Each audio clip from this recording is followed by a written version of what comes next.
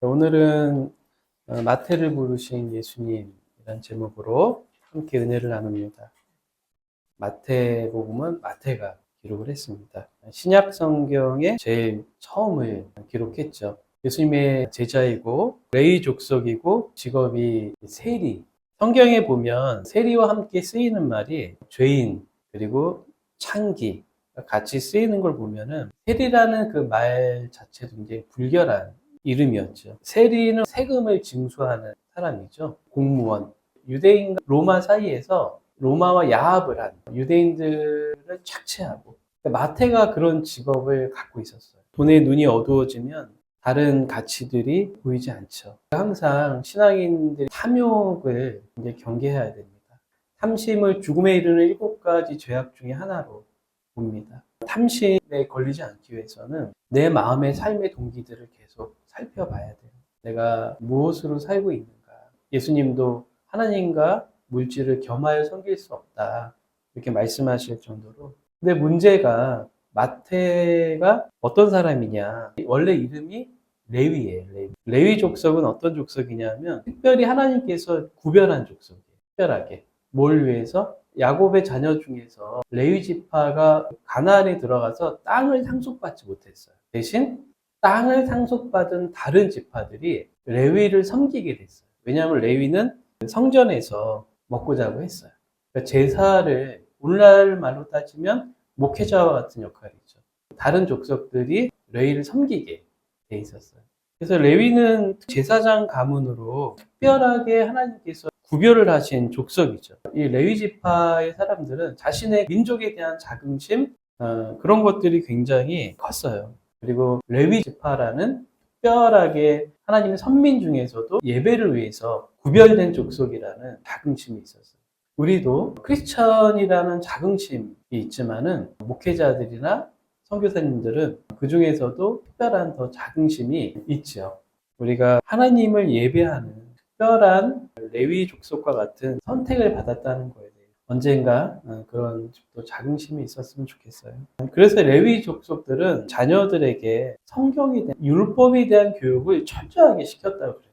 성전에서 어떻게 하나님을 예배하는지 엄한 신앙의 훈련을 받고 자란 족속들이 레위 족속들이죠. 어떻게 보면은 그런 교육을 분명히 마태도 받았을 텐데 돈의 물질의 위력 앞에서 마태가 눈이 어두워진 거죠. 크리스천일지라도 영적으로 병이 들면 하루아침에 이렇게 변할 수 있다는 거예요. 어떻게 보면 마태가 레위 족속이었지만은 돈과 하나님을 바꿨다는 거죠. 그게 마태에게는 어떻게 보면 아킬레스건처럼 마음의 맨 밑바닥에 남아있지 않았을까. 레위 족속임에도 불구하고 이 세리의 일을 해야만 하는. 그래서 내 가족과 민족을 버리고 배신하는 그런 일을 하는 거에 대한 맨 마음의 밑바닥에 뭔가가 늘 걸려있지 않았을까. 그래서 마태를 뭐라고 얘기하냐면 큰 죄인이라고 얘기를 하죠. 왜냐하면 하나님과 그 물질을 바꾼 사람이니까 우리 예전의 말로 따지면은 친일파,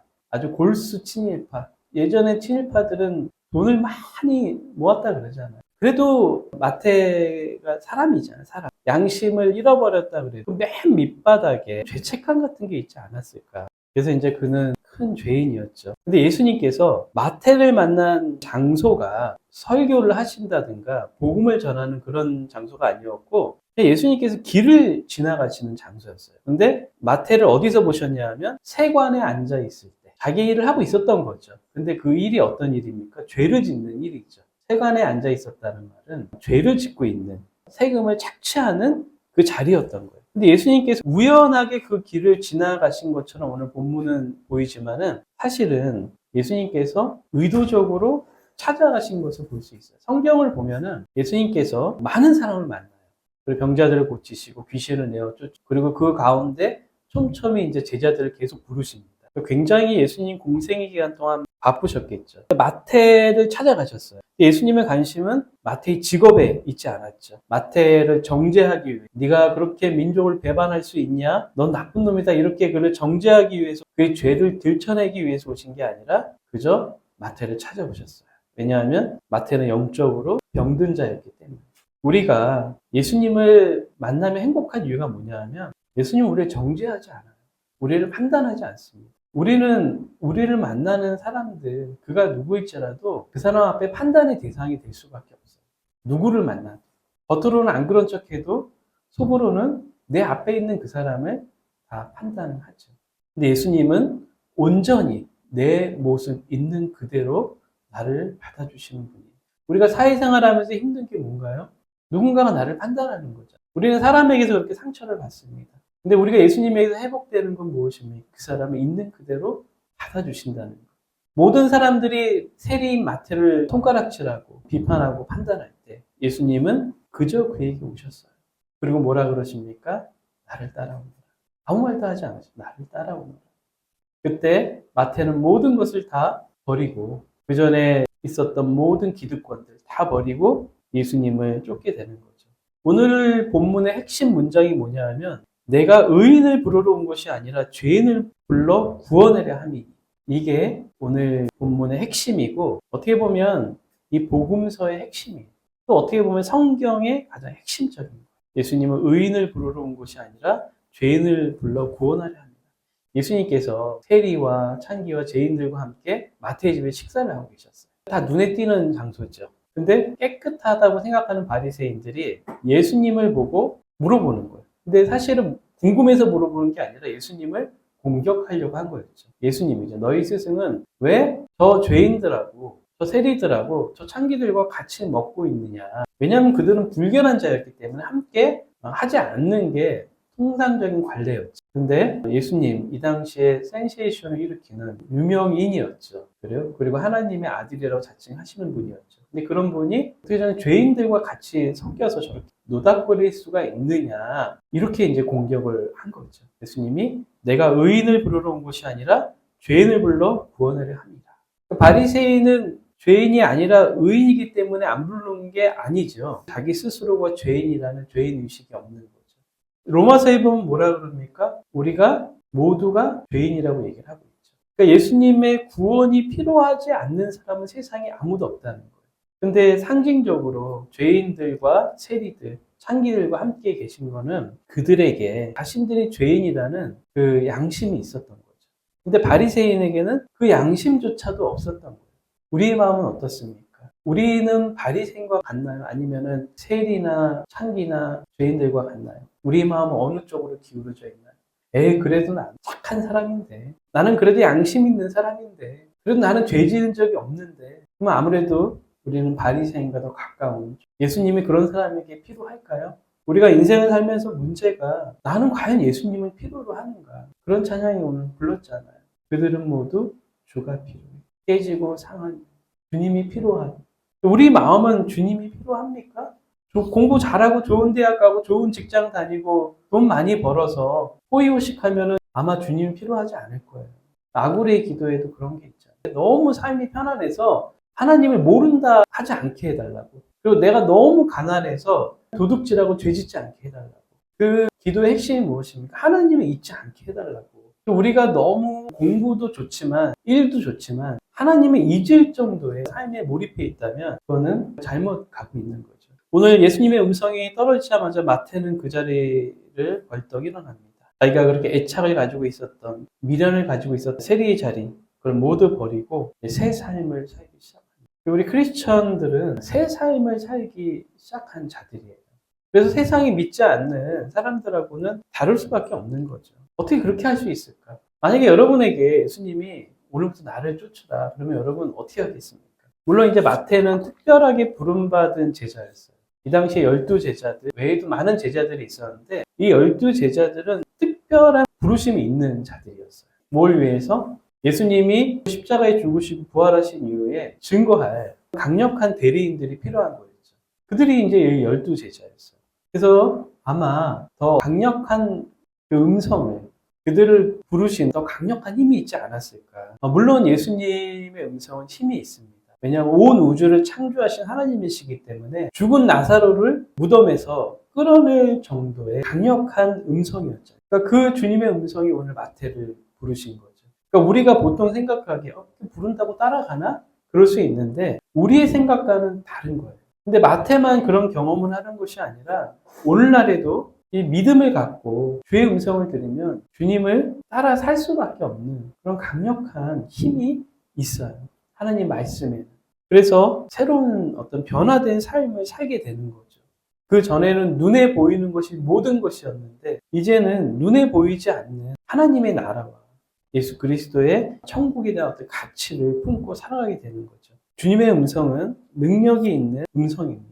마지막 날에 보면 이렇게 말씀하십니다. 진실로 진실로 너희에게 이르노니 죽은 자들이 하나님의 아들의 음성을 들을 때가 오나니 곧 이때라. 듣는 자는 살아나리라. 우리는 이 땅에 오래 살아야 100년이죠. 죽으면은 얼마 안 돼서 우리 육신은 다 없어져요. 뼈마저도 가루가 되고 자연으로 돌아가죠. 근데 그럼에도 불구하고 마지막 날에 예수님이 우리를 부르신다는 거예요. 우리를 부르시면은 그 음성 때문에 우리가 이 땅에선 물리적으로 없어진 그 존재가 또 다른 소마라는 부활의 몸을 입고 우리가 일어난다는 거예요. 그래서 우리가 그때 주의 음성을 듣고 선한 일을 행한 자는 생명의 부활로 태어난다는 거예요. 그리고 악한 일을 행한 자는 심판의 부활로 나오리라. 이게 예수님께서 우리에게 마지막으로 하신 말씀입니다. 이 세상에서 잘 먹고 잘 사는 것이 우리의 소망이 아니라 나는 생명의 부활로 나올 것인가. 그래서 요한계시록에 보면 생명책에 내 이름이 기록되어 있는가. 크리스천은 그 소망을 안고 살아가는 자들이에요. 마태가 오늘 예수님을 위해서 감사의 잔치를 벌입니다. 근데 예수님이 부른 자들은 아까 누구라 그랬어요? 창기들, 죄인들, 사람들이 가까이 하지 않는 많은 사람들을 불렀어요. 예수님께서. 어쩌면 그게 마지막 잔치를 굉장히 비유적으로 보여주고 있는 것 같아요. 천국에 갈 수 있는 사람은 누구예요? 우리 생각에 깨끗한 사람 같지만 다 죄인들만 천국에 와 있어요. 역설적이죠. 우리를 뭐라 그래요? 구원받은 죄인이라고 얘기를 하죠. 모두가 다 예수님의 반짝이는 의의 옷을 입은 죄인들. 근데 세상에 살면서 의인이라고 생각한 사람들은 천국에 없다는 거예요. 그냥 역설적이죠. 오늘 마태라는 이름의 뜻이 무엇이냐? 원래 이름은 레위라고 그랬죠. 근데 마태의 이름의 뜻이 뭐냐 하면 하나님의 은혜라는 뜻입니다. 그래서 레위가 돈만 알고 가족과 민족을 배반하고 하나님을 등졌던 그 사람이 예수님을 만나고 하나님의 은혜를 경험하게 됩니다. 하나님의 은혜로 큰 죄인이 구원을 받았다. 그래서 마태 그렇게 이름을 붙인 거죠. 마태라는 이름 앞에는 세리라는 이름이 붙어요. 마치 우리 호를 부르는 것처럼. 우리 김구 선생의 호가 뭐였죠? 백범 김구. 백범이 무슨 뜻이에요? 그냥 평범한 사람이라는 뜻이에요. 그가 그런 얘기를 했잖아요. 자기는 독립된 나라의 문지기로 살고 싶다. 문지기가 누굽니까? 가장 미천한 자잖아요. 가장 미천한 자라고 하지만 그는 우리 독립을 위해서 가장 큰 일을 해낸 사람이잖아요. 백범 김구. 오늘 마태에도 자기 이름 앞에 세리라는 말을 붙였어요. 나 같은 죄인이 하나님의 큰 은혜를 받은 자가 됐다. 이 경험이 우리 신앙에서 너무 중요한 거예요. 찬송가를 보면은 존 뉴턴이라는 사람이 있어요. Amazing Grace, 나 같은 죄인 살리시, 주은혜 놀라워.